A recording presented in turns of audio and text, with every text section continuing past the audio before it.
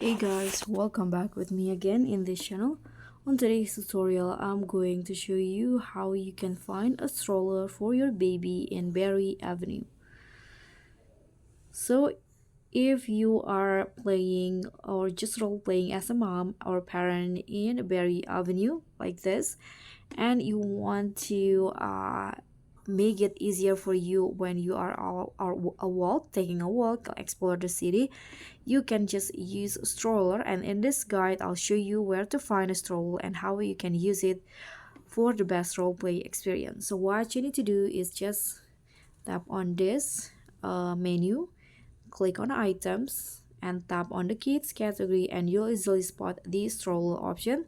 There are two options here, sorry, three actually.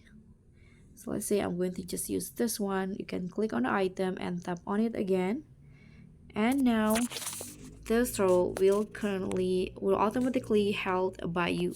So you can just take a walk using this stroller, or you can also put the baby down in the stroller. So guys, that's all for me. Thank you so much for watching. Don't forget to like, comment, and subscribe.